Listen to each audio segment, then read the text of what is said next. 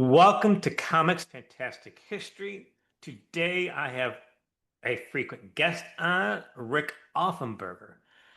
As usual, I have a guest pick the topic, and Rick came up with Spider-Man, not the one you know about, but I want to know why, Rick, fans should care about comic book history, especially if they're just somebody new to comic book shops. Why should they care about something they happened 20, 30, 40 years ago? Why? I think it adds more texture and more fun to the hobby. I think that everyone gets into fandom to a different degree. Some people just buy the comics, leave, and don't care. Some people follow the creators and care who's writing and drawing their comics and care when they go from comic to comic. Some people like the history and like to buy old comics, and there's certainly a market for comics. And some of them like to read the old stories, and some of them just like to collect them, and it's just like a trading card for them. You slab it and then you can't read it anymore, but you own it and it's important. And there's some value to that. But I've always enjoyed the history. And I wrote for Comics Lost World for Gemstone Publishing. And I like the lost elements to this. And it's an interesting story. Part of it's covered in the comic book makers, the Jack Kirby Spider-Man, Jack Kirby Joe Simon Spider-Man. And part of it predates Spider-Man. So I think the proto Spider-Man characters, the things that led up to Spider-Man, are interesting in and of their own right. It's just history, it's just backstory to the creation. It doesn't have anything to do with the actual Spider-Man comics. But I think it's fun to know these things, and I think it makes for an interesting story. The first person to ever license a Marvel character for anything was a costume company called Ben Cooper.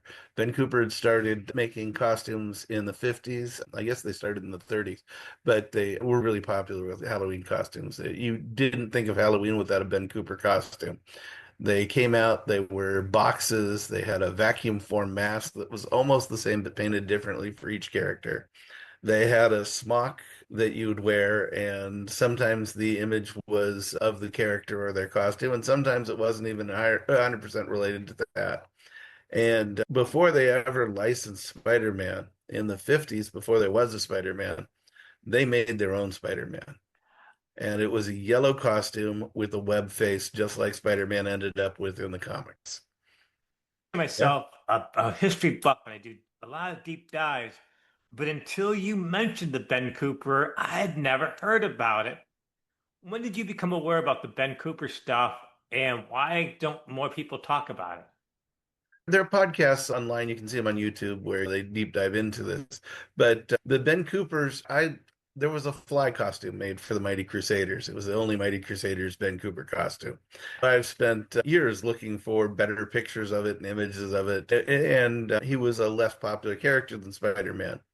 And so there are fewer of them out there in existence. But when I was looking for this stuff in a few different Ben Cooper groups, just looking for this one item, I come across the original Spider-Man. And the interesting thing is how much the original Spider-Man costume, although it's a crappy box Halloween costume, looks like what they ended up with on Spider-Man. All the webbing, all the detail.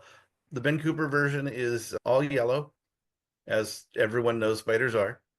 And then it's covered in the exact webbing that covers Spider-Man's face and the exact webbing on his chest. There are two versions from Ben Cooper, and one does have the spider emblem on his chest, although not dead center. Yeah, it came out in 1954, the original Spider-Man costume. Were you surprised with how similar it was to the Peter Parker Spider-Man costume when you first saw it? Because I looked at it and went, wow, I'll be darned. That's quite a coincidence there. Yeah, no, it's when you see it and you look at the early pictures of Spider-Man, you know that it's more than a coincidence. It could be, but it seems so odd because that design was so different than everything else.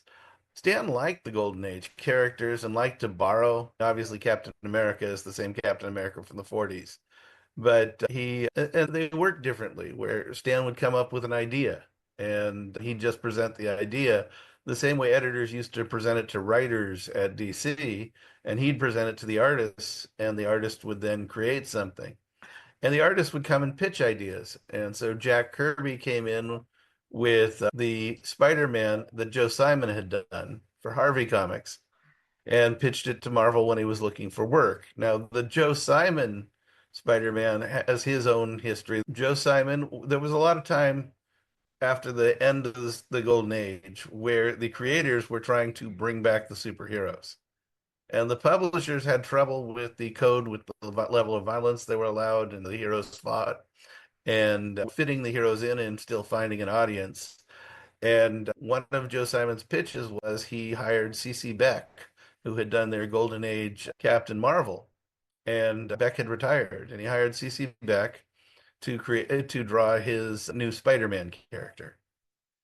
And his Spider-Man character was a character called Tommy Troy, and he had a web gun, and he looked more similar to Captain America than he did to what the current Spider-Man looks like. And so they put that out there and started with that. And then just before the pitch, they decided to change the character up a little because they thought the name Spider-Man sounded too Golden Age, and they changed him to the Silver Spider. To Harvey, who agreed to publish it. And it was just in editorial hell forever. And it never made it to the printed page. But when Archie Comics contacted Joe Simon to create two new comics for their Silver Age launch, he went and took all his notes and scripts from Harvey that were actually in the Harvey office, and he made the pitch as Tommy Troy becoming the Fly. And so that whole original pitch turned into the Fly at Archie Comics, but CC Beck didn't come with him. So Jack Kirby teamed up with him again and redrew the entire issue with the Spider becoming the villain and the Fly becoming the hero. Now, you mentioned Joe Simon, and I often feel that, especially when connected with the shadow of Jack Kirby, I don't always think that Joe Simon gets the credit he deserves for his contributions to comic books as a whole. What do you think? I think that because Jack Kirby's career lasted longer, and because Jack Kirby had such a huge imprint on the Silver Age Marvel universe, that Jack Kirby ended up with a larger image. And not only that, Jack Kirby got mad, left Marvel, went to DC and created the New Gods, which are still in publication at DC. And so I think that had a bigger resonance over time. Clearly, they were partners in the beginning, and that they would write together, they would draw together, and they're best known for some of the most loved Golden Age characters. But they swung for the fences and they did all sorts of things. I just sometimes feel like Joe Simon gets lost in the shuffle of history. I think that when they were hungry and looking for work, and Marvel was doing all these monster books, and Jack Kirby was at Marvel, Joe Simon wasn't. And so the impact that Marvel Comics has on the whole industry as a whole made Jack Kirby a bigger name. And so Jack Kirby had mentioned the Spider-Man idea that they had started with to Stan Lee. And you notice that they have the same alliterations. It's Peter Parker, it's Tommy Troy. You notice it's an orphan kid who gets insect superpowers. There's a lot of meat on the bone. And there was a direct connection from Jack Kirby talking about the Joe Simon Spider-Man to Stan Lee. But the interesting thing is that Jack Kirby had a lot of ideas, and he would present his ideas to Stan to create the Marvel Universe. And it was a variety of Golden Age ideas and ideas he'd done at other places, and monsters. The Hulk was a monster book. The Thing was a monster. Mr. Fantastic is clearly Plastic Man. The Human Torch is the Golden Age Human Torch. The Invisible Man who becomes Invisible Woman was just part of the whole trope of the time. Very popular. The ideas weren't revolutionary, but somehow there was tremendous magic between what Jack and Stan were able to accomplish together and what either of them had done separately. And he brought in Joe Simon's Spider-Man, and Stan ran with it. And he didn't like Jack Kirby's depiction of Spider-Man, even though it was Jack Kirby's idea. And Jack Kirby was trying to just feed his family, just trying to get more work. And once it was Stan's idea and Stan liked his idea, he went with Steve Ditko because Steve Ditko could draw He drew more horror-based characters, skinnier characters, more wiry characters. If you look at the old Doctor Strange stuff that he was doing and the old stuff he did in the 50s, his characters weren't these huge, massively muscular characters. And that's what Stan wanted. Now, the Jack Kirby version of Spider-Man is interesting historically, but it is not a direct, it's not like it's a ripoff. It's just the germ of the idea, as is the Ben Cooper. There is no story to the Ben Cooper costume. It just looks a whole lot like Spider-Man. So these are all influences that affected the character. But I think it's always interesting to see where characters come from. Now, Ben Cooper was in New York a lot, and the costume came out several years before the Spider-Man costume came out. So I could see that Steve didn't remember exactly the Ben Cooper costume, but something in his mind might have triggered it. I don't think he was the type of creator that would intentionally swipe something and say it was his own. He just doesn't seem like that type of Well, character. the thing is, first of all, I don't know Steve Ditko at all. And so I don't know. But at the time, swiping wasn't the same thing it is today because comics were throwaway. They didn't think anyone would hold on to them. There was no collector's market. And Joe Simon is famous for saying we all stole from each other. You created Superman, and then you created Batman, and then everything else is just a version of Superman and Batman. You either have a character with all the powers, or you have a character with none of the powers. And there's a lot of sampling. And so whether he consciously remembers that and said we could blow that up and make it look really cool, or whether he just remembered it in the back of his head as a design element, or maybe he didn't see it at all from there. Someone else had seen the costume, drawn something else, or done something else, and there may be a step in between there. I don't know any of that history. But you can't look at one compared to the other and say, oh, there's no connection. This is totally different. They're almost, excuse me, almost identical in that face mask. So in 1963, Ben Cooper secured the licensing rights for Spider-Man costume, again, making it one of Marvel's earliest products. A more jaded fan might suggest there was a little more backroom handshaking because Ben Cooper might have said, "Look, you copied this from us several years ago." No, I can see how you could be the conspiracy theorist and you can connect the thing. There's a conspiracy film called Luke's Change, based on Loose Change, where they talk about the conspiracy between the Darth Vader family and how they all survived the blow up of the Death Star, which is very funny, but clearly had nothing to do with the movie. But it's you can connect any items pretty much together. I don't know that Ben Cooper cared. They made hundreds and hundreds of costumes. I think that I think they were happy to sign a licensing deal with Marvel. And it was Marvel's first licensing deal, so I'm sure whatever Ben Cooper offered them, they got. I don't think it was a hard-driven bargain. And Ben Cooper was a seasonal item, and it was cheap. If the costume was too expensive in those days, you'd just buy the kid a candy bar and say, "We're done trick-or-treating." People But yeah, didn't go on. spend huge amounts of money on their children in those days Not to like make, today, but yeah. I don't want to get into a game of he said, they said, but Jack Kirby has stated he created this and he created this, and how much credit should he possibly get for Spider-Man? This is the deal. The Marvel had their own method they called the Marvel method. And DC had a different method. At DC, the editor would buy a cover and then they'd hand it to the writer and they would give them a verbal pitch live in the office. This is what I think the story should look like from this cover. And then the writer would then go write a full script, hand it in to the editor, and the editor would hand it to the artist. And Stan Lee hired a bunch of very talented artists, and he told them, okay, he gave them the same pitch verbally, a few sentences that he would give to a writer, and then they would draw the whole thing without a script, basically, because it's the Marvel method is plot and then script. And so then he would then come and dialogue it, and it was tremendously successful. Marvel beat DC. Marvel has been the number one publisher for 50 years. Steve Ditko quit, Jack Kirby quit, Wally Wood quit.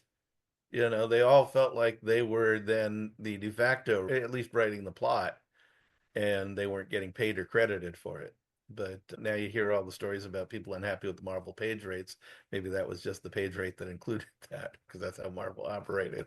But I think that Jack Kirby pitched a lot of ideas. And I think the problem becomes that Jack Kirby had a million ideas, and he got them from all over the place. A lot of the stuff from New Gods came from Scientific American when he was reading it at the time. So I'm sure that he laid out what he remembered from the original pitch for Spider-Man to Stan Lee, hoping to get another monthly comic. And Stan heard it, liked it, came up with his own ideas for it, and then pitched it to Steve Ditko. So it's really a matter of, how much. I know that Stan is known for taking too much credit. There is a theory out there, but none of us were there. We don't know how that worked. And not only that was the deal at Marvel. That was the Stan would brainstorm ideas with you. You would go draw the book, and then he would dialogue the book. You're again, I think a lot of people unfortunately see creator Stanley, Ditko, or Kirby as this box of black and white. And then because I've been doing some stuff with Stan Lee, and I saw like the Atlas era and Stan Lee stuff in the 50s, Murphy's Law, and then the 60s, like lost Murphy because it completely flipped around that at the beginning of 61, who could foresee over the next couple years the roller coaster that Marvel would be going on and some of the dominoes that would, well, as Spider-Man became popular, this became popular. Stan Lee couldn't necessarily write all them scripts, and Martin Goodman wouldn't necessarily bring a lot of writers on. So they had to put out those products. So, well, here, Jack, here's the plot. It wasn't, in my opinion, set out with intention of how things just rolled on. It was just a matter of circumstances. You see what I mean about that? No, no, I understand what you're saying. The problem was the convention of how they were paid and how Yes. they're paid now. And because what happened was Stan took credit as the writer, and he fully agreed that he gave them a plot, and then he would dialogue over the art. But that was not the convention at any other comic company. At any other comic company, the writer would write out all the action. So the artist was responsible. It was from a verbal plot. It wasn't from a detailed plot. So they would go and have to do the page layouts themselves. They would have to do the character interactions themselves. And they weren't being paid for it the way they were being paid at other publishers. Everyone got the same deal at Marvel. And when Roy Thomas was doing the books, it was different. And so then when you look back at the Stan era, it looks like Stan took too much credit because he did less writing prior to the art being done. But again, everyone signed up for the deal at the time. You didn't have to work for Marvel, and many of them did quit. But the people who came on and replaced them in the 70s were young, hungry artists who were happy to work in that system. And they really propelled Marvel against DC, who had older, more established artists. Rick, we're going to wrap this up talking about both the Ben Cooper Spider-Man and the Harvey prototype from Joe Simon. You have any closing comments before we wrap this up? I think that if you pick up the comic book makers, it's a very good book, and it's written by Joe Simon and his son Jim Simon. And they detail that among other things that they did. And I think if you like comic history, that's really tremendous. There isn't really much to the Ben Cooper costume. They made a costume. It looked like Spider-Man a decade before Spider-Man came out. So it's an interesting thing to see, and just Google Ben Cooper Spider-Man, and you can look at it, and it's really cool. But I think that it's interesting that Jack Kirby was the co-creator of Spider-Man, and then didn't ever get to draw him. Yeah. Rik Offenberger, thank you for coming on today. Thank you.